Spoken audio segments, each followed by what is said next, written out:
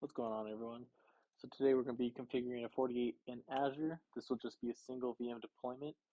I know people are curious about a multi-region, multi-HA FortiGate cluster, which we'll get to, but this video will more focus on kind of a single VM deployment to protect a single protected subnet. And to start out, so this is how I usually like to deploy it. I usually come in here, search the machine or VM I would like to deploy. I know from experience that this is going to be the one we're going to want to do instead of these two. Azure Stack is a completely different kind of technology, so we want to hit the next generation firewall. And so you'll be greeted to a page from Fortinet vendor. You always want to confirm that we're looking for the vendor we want. And we have a couple plans to choose from here. So we're going to be choosing the single VM. The other ones are common deployment strategies I've seen in my past experience, with an SDN connector here for Fabric and an Azure external and internal load balancer and active passive. And if we keep on scrolling down, we can see a brief description of the product we're going to install, what it delivers, what it's usually deployed for, and the pricing down here. So let's get started. So I'm still using the free subscription, as we can see here. We're going to need to create a resource group to hold all of these things created with the FortiGate resources. So I'm going to call this FortiGate resource group. Click OK. We should always choose the region closest to our environment, services, or if you're doing multi-region, the other region on the other side of the earth. And so we'll be choosing West since that's the closest to me. The username, I'll do netquiet, put my super secret password.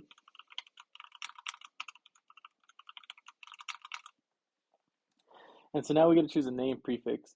And so this will be the name prefix that will apply to the FortiGate. That way they don't deploy the FortiGates all with the same host name. And so I just usually like to put netquiet. In most cases, you could do like West FortiGate, but in this case, since this is just a demo, I'll just do net. And so here's where we get to decide whether we want to bring our own license or pay as you go. We'll be doing bring your own license. I have a VMO2 license I can use. In other cases, you will have to do pay as you go if you don't have an existing evaluation license or purchased one.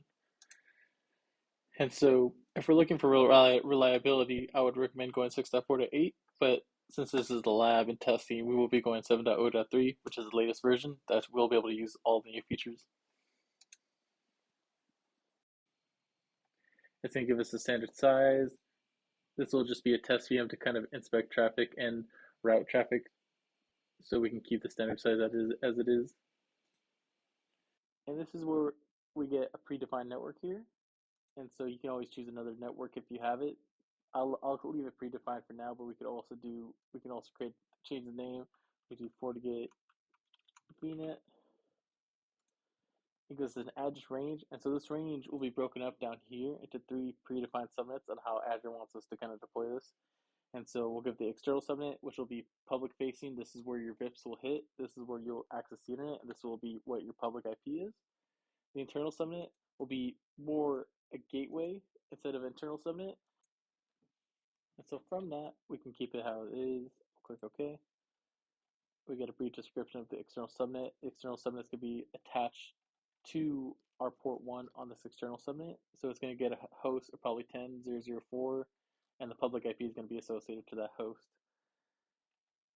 And I usually keep accelerated network on. It saves us the pain of trying to enable it later. It definitely helps with the speed of the FortiGates I've seen in my experience. And so with that, we can go next. And so we get a predefined public IP here. I usually come in here. I go in here. I'll do FortiGate pub. We want a static, that way we know. And we can keep the SKU for basic.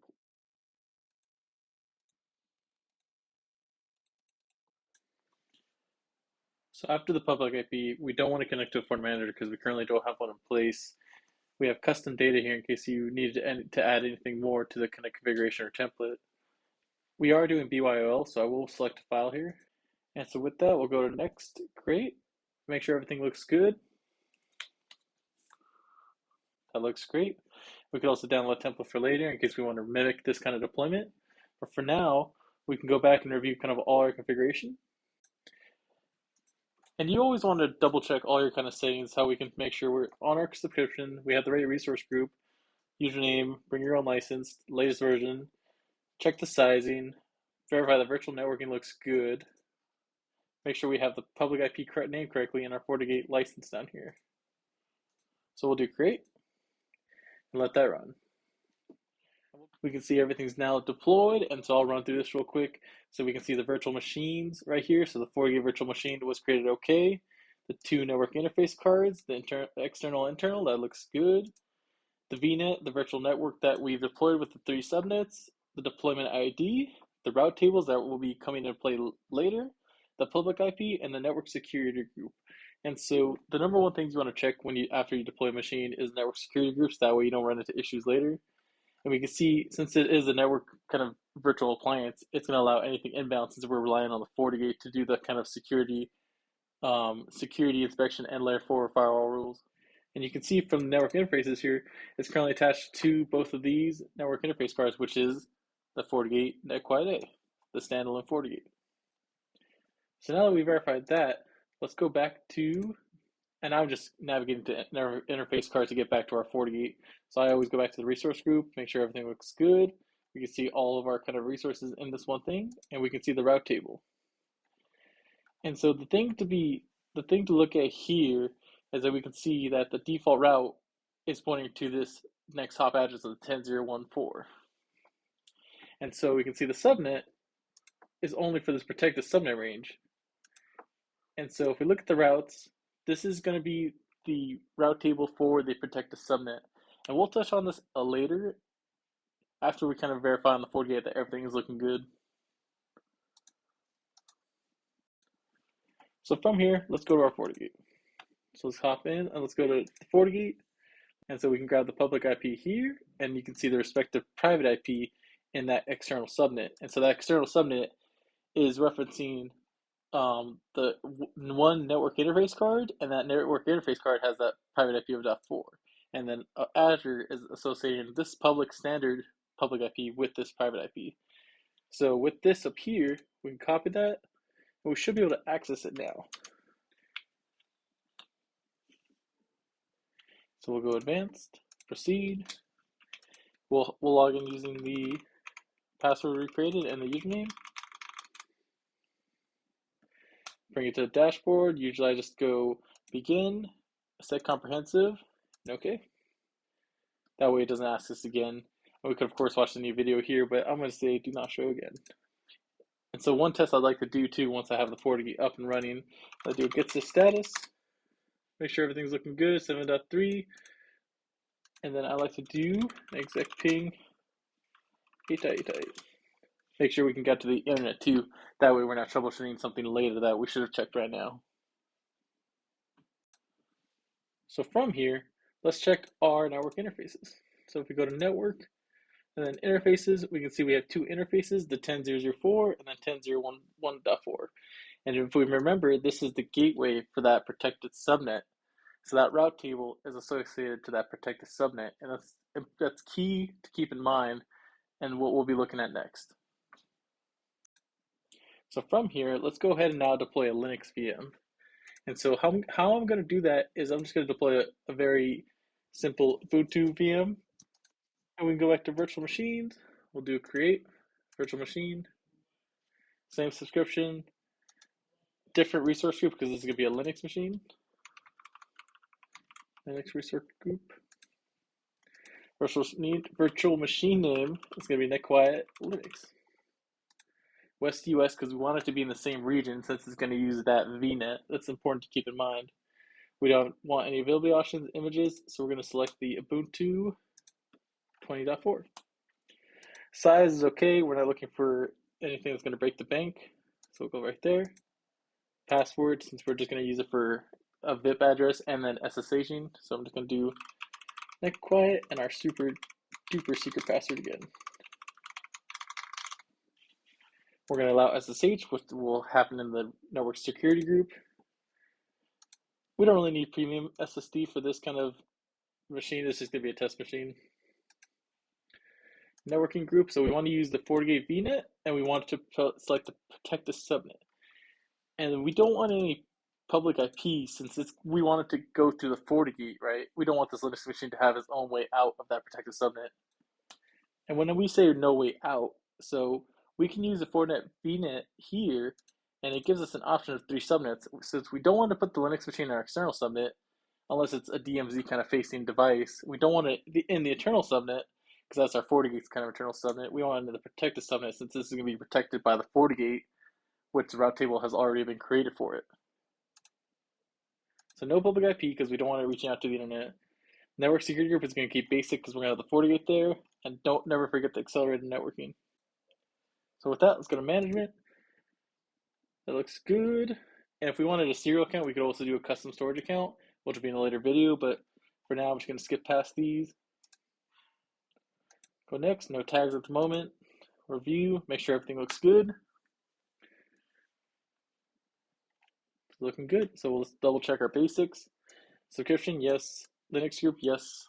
Virtual machine name, West US, Ubuntu server, password type authentication, username netquiet, and SSH is allowed inbound because we want to.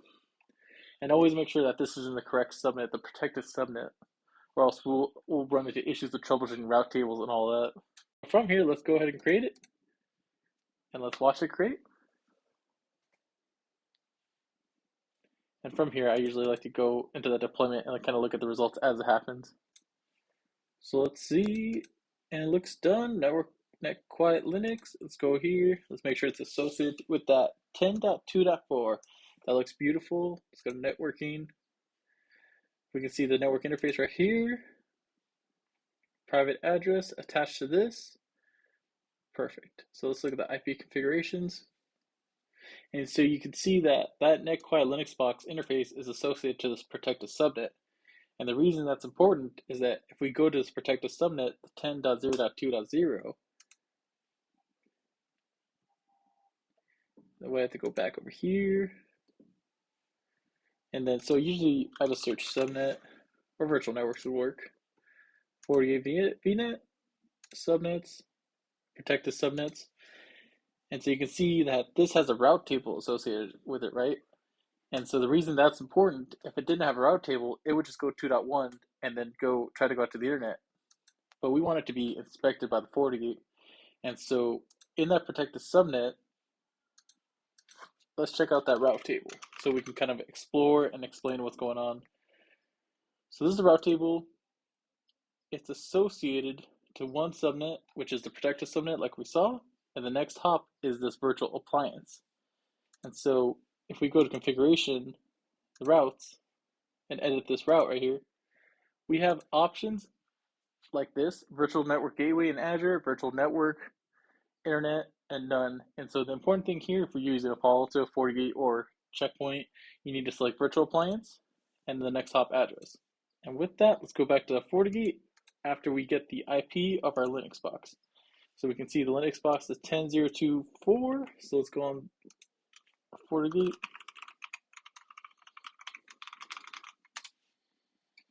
Let's make sure we can ping and even SSH to it. Let's see if it says ARP, nothing.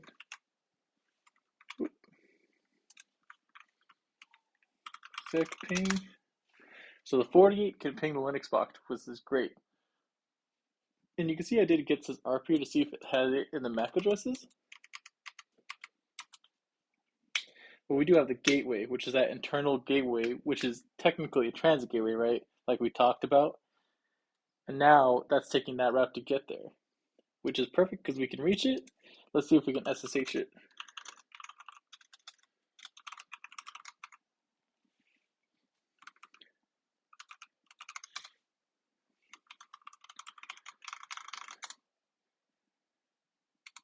So now we're on the netquiet box.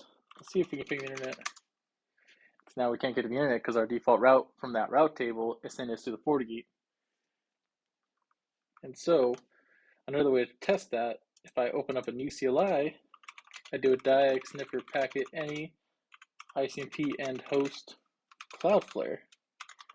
Run that sniffer to see if we're looking for anything with 1.1.1 and ping. Go back to the existing one, ping it. Let's minimize that.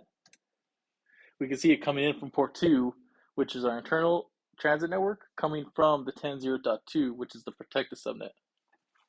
Now I'm going to stop this because this will keep going.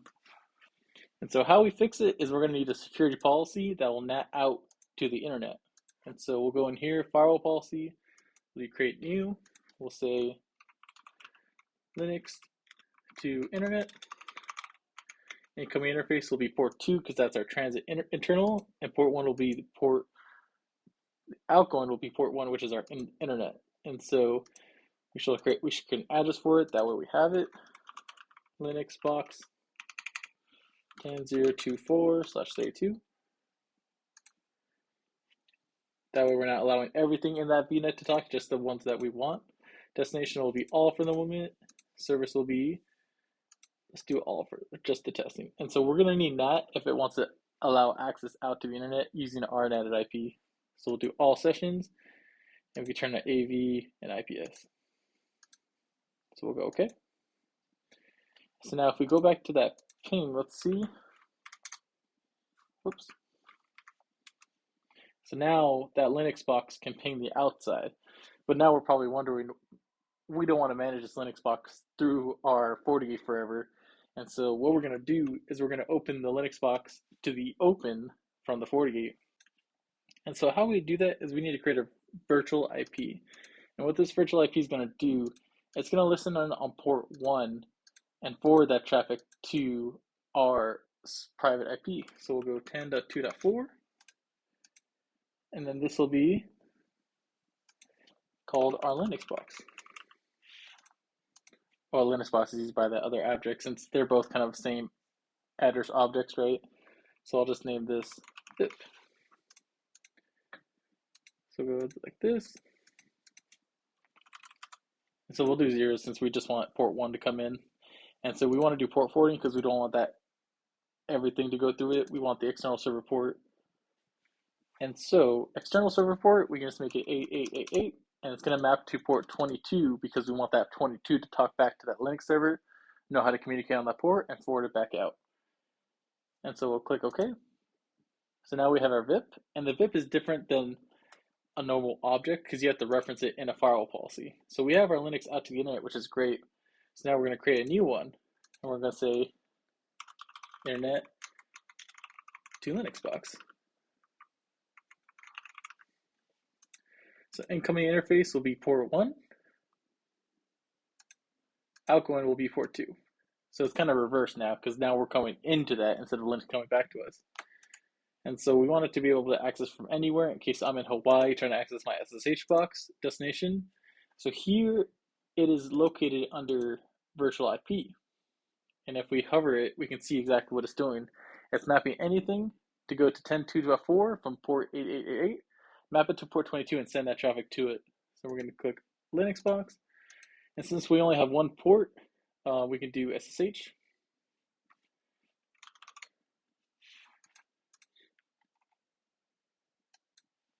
And so we could turn off NAT here since it's going to be talking from the FortiGate. We want to record all sessions, and we definitely want to put IPS and AV on for protection. So now that that rule is created, let's test it. And so I'll pop up an SSH prompt on my computer. We're going to go ahead and SSH to the IP of the FortiGate since the FortiGate is that network security device protecting it. So we're going to do net quiet at 1364194.64. And we need to associate that port, so 8888. And now we need the password for the Linux box, but this is looking promising already. And so now we're in the Linux box now. And as we can see, if we do an IP add, we can see 10.0.2.4. And if we ping out, we have internet access and we can get to our box now to do our work from Hawaii or Canada if we wanted to. So we'll cancel that ping. And that's pretty much how you configure FortiGate in Azure, a single VM deployment, no failover, with a Linux box, be able to communicate out and in. And the same could be done for kind of like a Microsoft remote desktop if we wanted to. But this should pretty much it. And so if we can see bytes are coming in. If we do a show of matching logs, we can see stuff coming in and going out. And so this You guys shouldn't be able to see this, but you can see my public IP SSH into this box. And that should be pretty much it. Thank you all for watching. Please leave a comment, any questions, any kind of video ideas. Don't forget to smash that like button.